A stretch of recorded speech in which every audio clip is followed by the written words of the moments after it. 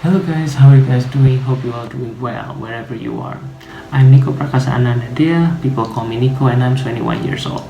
First of all, welcome to this channel, and in this channel I will plan to upload weekly content about my life experience, especially in the young age. I hope you guys can resonate with this experience that I'm about to tell you guys, and in this experience I will discuss about my education. So I'm currently in college, but I want to share my experience in 2018. This is the experience or the stories where this is the first time I feel like really alive, because I really want to studying abroad. For those of you who don't know, I was born and raised in Indonesia, and in this country we are only speaking most of us speaking Indonesian language, and some of us speaking English, but not all of them. And yeah, continuing to my studies. So in 2018, I was in my senior year of high school, and I really want to study abroad, so I have interest in music, and I really like to listen to electronic dance music, or we like to call it EDM. And so I went to the electronic music production courses, and so I tried to create song, making beats and everything, and from that I want to studying music in abroad, and mainly I want to study in the US, because as we all know, because of the globalization and everything. Since I was a kid, I was born in the year of 2000 and November 2000, and I always consuming the movies and everything, like from in the forms of internet. I watch YouTube content that are mainly English speaking person, and I also also listen to music as well that are Western music, mostly like pop music, and also the Hollywood films that I watch. And so from that I have this interest, and I have these dreams of living abroad and studying abroad. I mean, after studying I am planning to have a career in abroad, especially in the US. So when in my senior year of high school, I want to attend a university in the US. Maybe all of you guys already know, I really want to have a career and studying in New York City especially. And you must know the most popular university in New York City. What is that? Yes, that's NYU. That's the place where I really want to go. So in my senior year of high school, I prepared all of the requirement and everything, like from the English language proficiency and everything. In my senior year of high school, I started doing research about studying abroad. This was started in like August and 2019. So that, yeah, for those of you who don't know, I'm in my senior high school. I was in state senior high school in Indonesia. So we have two types of high school in Indonesia, and the first one is the state senior high school, and then private senior high school. So I attend the state senior high school. The main language in the high school that I attended is Indonesian, so I have to learn English from the outside academic thing. Besides the courses, I have some English courses I attend. I learn in like the internet that I just mentioned and everything. So yeah, and then I started to look for the requirement in these New York universities, especially in the music department. So for those who don't know, New York University especially, it has a lot of major and minor that we can attend, and they have also different schools and also branches. Speaking about branches, New York University has New York University in New York City, New York University in Shanghai, and then New York University in Abu Dhabi.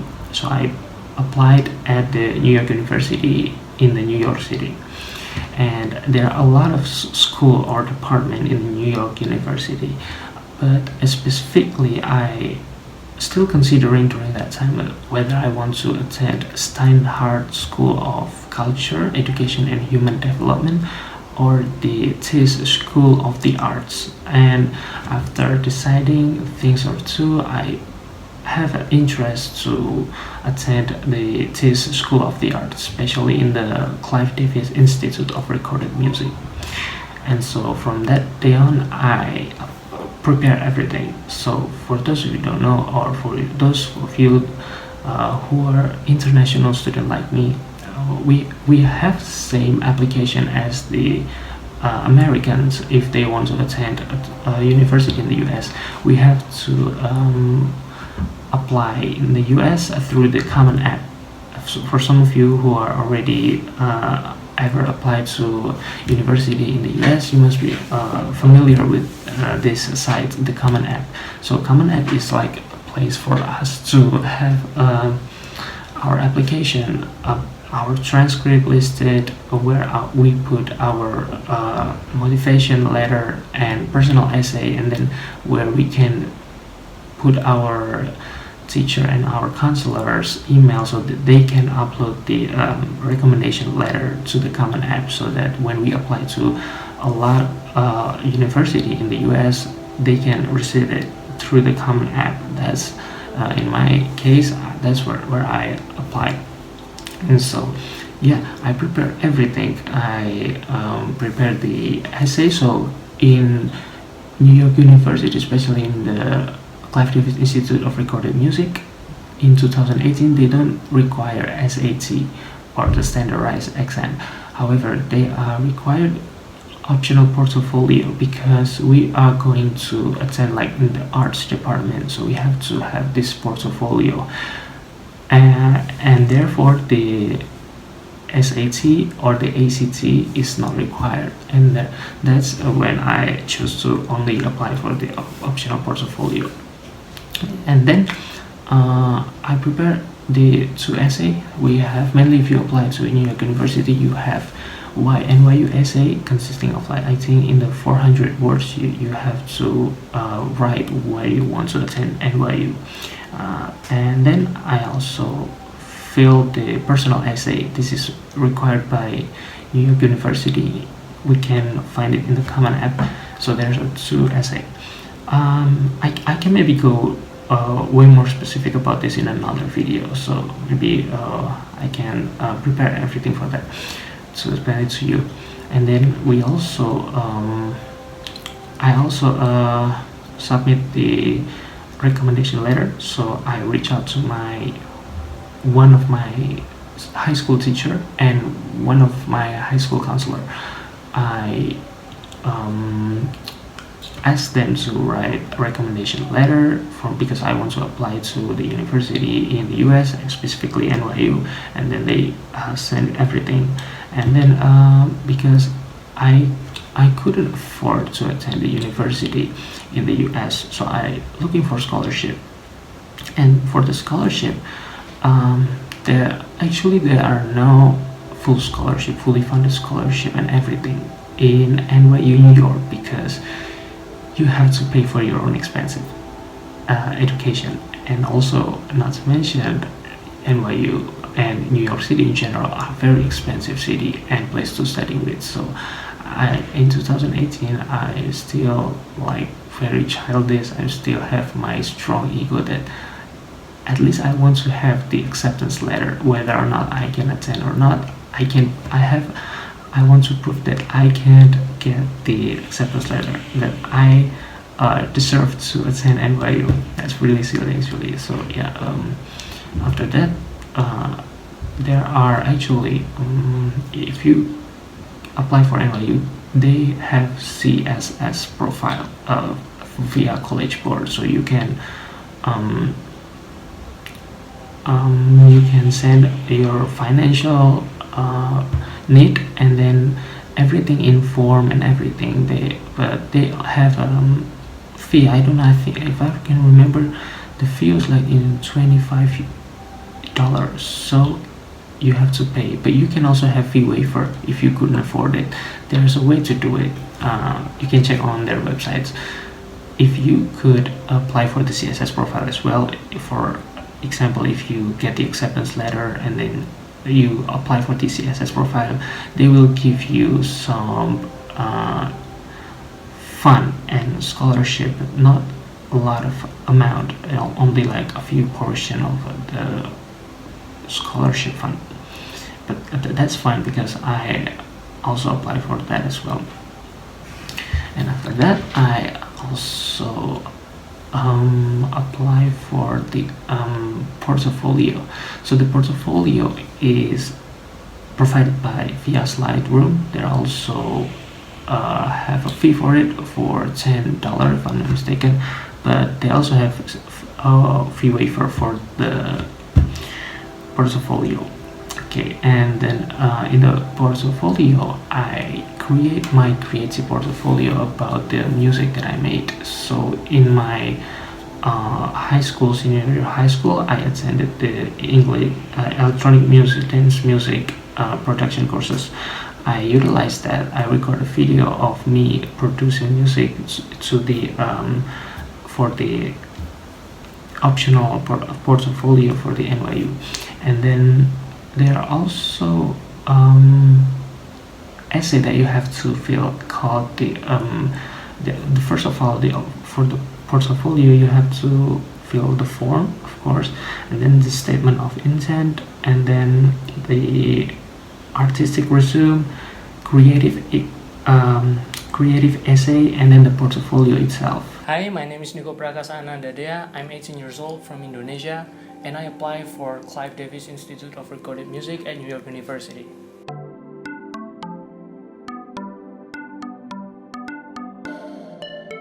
And then after that, I also research about the visa, because in my case I'm an Indonesian and therefore I have to apply for a visa. For example, I attended the university in the US. The visa is called F1 visa. F1 visa is a visa that I can use for the duration of my study in the US. For example, if bachelor years consists of 4 years education, then I can have a visa that are allow me to stay in the US for 4 years as well. But after that, there are another like program that you can use. So after you graduate from bachelor in the US, if you are international student, you could opt to work for 1 year in the US, and so you can also have that opportunity, the great opportunity. After that, I also prepared the English language proficiency. Actually, NYU allows us to take some of the English language proficiency, such as the TOEFL, IBT, IELTS, Duolingo English test, and another, I forget about it. They're in the NYU's website. And at that time I was planning to take TOEFL IBT, because I think TOEFL is like the most reliable English proficiency exam in my opinion. And then I first, before I take the TOEFL IBT exam, I attend the preparatory courses near my city. I live in Yogyakarta. If you know Yogyakarta, is like an 8-hour drive from the capital city of Indonesia, Jakarta. Yeah, for those of you who don't know Indonesia, maybe the city maybe, or the island, is way more famous than the country itself. You know Bali.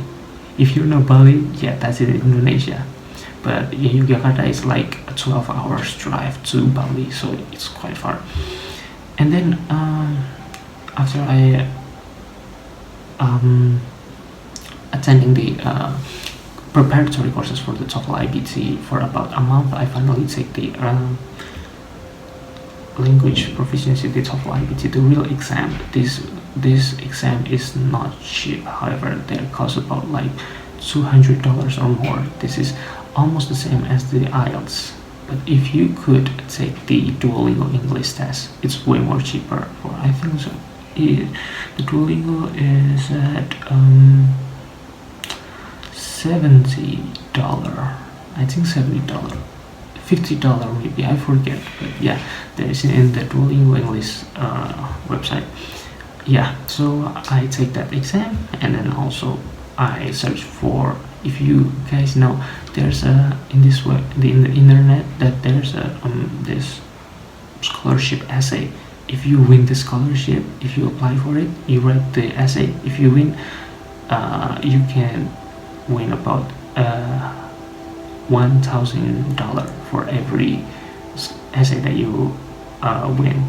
So you have to look for it. I do some research of it, and the essay is provided by mostly US companies, and then they have different topics. So yeah, and I applied to a lot of them, but yeah, I didn't win any of it, even though I already applied, because most of them like have this 3 category. If you win in the first place, you won $1,000. The second place, I think, like $500, and the third place $250. So it's like, if I think at that time, I know that this may be stupid, but if I can win the scholarship, maybe I can win like 10 or 20 or maybe 30 scholarship, because I applied to a lot of the essay scholarship. Then I can maybe fund my education, but that's not the case as I'm getting older. I know that's very silly. Yeah, I didn't get any of it. And also, yeah, I started in August 2018, and then I applied for this. So NYU has 3 terms for you to apply. There early decision, like the early decision 1, and then early decision 2, and then regular decision. You can choose any of it which suits you better. They have their own deadline for every term. I applied for the early decision 1. Meaning, what is the meaning of early decision? Early decision means if you are accepted, or you are getting the acceptance letter, then you have to withdraw all of your application to another university that you fill in the common app. So that's like the mandatory. If not, the university that accept you in under the early decision term, they will send the information to all of the university that you actually applied for early decision, but you are not attending to the first university that you choose. So better, if you really want to attend the NYU or another university in the US that you really like, you go for the early decision, but don't break the rules. If you get the acceptance letter and then you can afford to have studies there, you should go there. Early decision 2, I think, is almost the same. I really forget about it, but regular decision is when you receive the acceptance letter from a lot of universities that you apply, but they don't have mandatory like the early decision 1. So that's more flexible. But the cons of the regular decision is that you have to somehow wait a little bit longer, because the result from the university mostly are in March for the regular decision, and for the early decision, maybe you can get the information about your acceptance, whether you're getting in or not, in January, and for early decision 1 is in February. So that's your choice. You have to pick which one suits you the most. Yeah, and then after that, I upload everything in like the end of the 2018, in the Christmas of the 2018. It was like the last deadline for the early decision 1 program. Yes, and then I wait for it, and I got my decision in March 28th, 2019. Yeah, that's my first shot to apply for university, and you know what? I did not make it. Yeah, I know in that time, like, my TOEFL IBT score was really low. I only got 65 in TOEFL IBT score. That's really worse, because that's my first attempt to try language proficiency exam. I never had that experience before because most of the time during all my life I speak Indonesian, so I didn't get used to the exam of the TOEFL IBT. Yeah, but that's fine with me. And then NYC itself, they require at least for the IBT for you have the score of 100, for IELTS like 7.5, and for Duolingo like 125. So you have to receive higher score and be more competitive than other applicants. Yeah, and then lesson learned. I understand the circumstances, but during that time I was really at my lowest point because this is like the university and the dreams that I really want to go after, studying in NYU under the Clive David's Institute of Recorded Music, and then after I graduate I'm planning to have a career there. But yeah, I think that maybe God has another answer for me. So yeah, but that's fine with me. But by the way, during that time when I'm in the senior year of high school in my state high school, it's called SMA Negeri 11 Yogyakarta. It's like state high school in the city of Yogyakarta. All of my friends during that time, they are preparing for the exam to go to the national university in Indonesia. Either it's a state university or it's a private university, but it's in Indonesia. Like all the people prepare for it, and then most of them got into their dream university in Indonesia. But yeah, during that time I really have no dream or goal to attend in university in Indonesia, and so yeah, I didn't prepare any of it. I do take the exam for the university in my country in Indonesia, but however I didn't get in because like it is really competitive. There's a lot of Indonesians that want to attend the university, either it's a private or state, but mostly the popular university in Indonesia are a state university. We know the name. If you guys could ever heard the name, we have Gajah Mada University of Universitas Gajah Mada, and then we have Universitas Indonesia or Indonesian University. We also usually call it with the Indonesian name. And then we have another university, another popular university such as Universitas Negeri Yogyakarta. And yeah, I didn't prepare for any of it, so when I do the exam I didn't get any of it, and so I only rely on these NYU thing, and then yeah, I didn't get it. But that's my story for today's episode. Hope you guys could gain a new insight, and yeah, maybe you guys could maybe some of you guys could resonate, because I don't think my audience will be the audience that are in the range of 18 years old or 17 years old who are about to go into college. So if you are about to go into college, this information may be helpful for you, and hope this video is helpful for you as well. Yeah, maybe in the next episode or in the next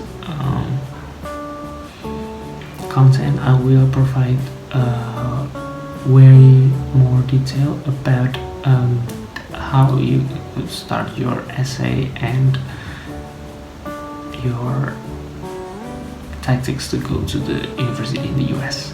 Yeah, but I'm not sure if I could do that, but definitely I'm going to continue this I call this video journaling thing, this content. Like this is like video journal content where I make content and then share my stories. Basically, if you have a book, then you write journal. This is the exact same thing, but not really same thing, but this is in the form of video. I don't know, I like it this way. You guys think? I like to to create something like this. yeah, that's it. Maybe in the next episode, I'm going also to share my another stories. This is like really old stories. Like this is like 2018. So yeah, maybe in the next episode is the yeah another experience for me. Yeah, hope you guys enjoy it. Thank you so much for watching. Hope you guys having a lovely day. See you.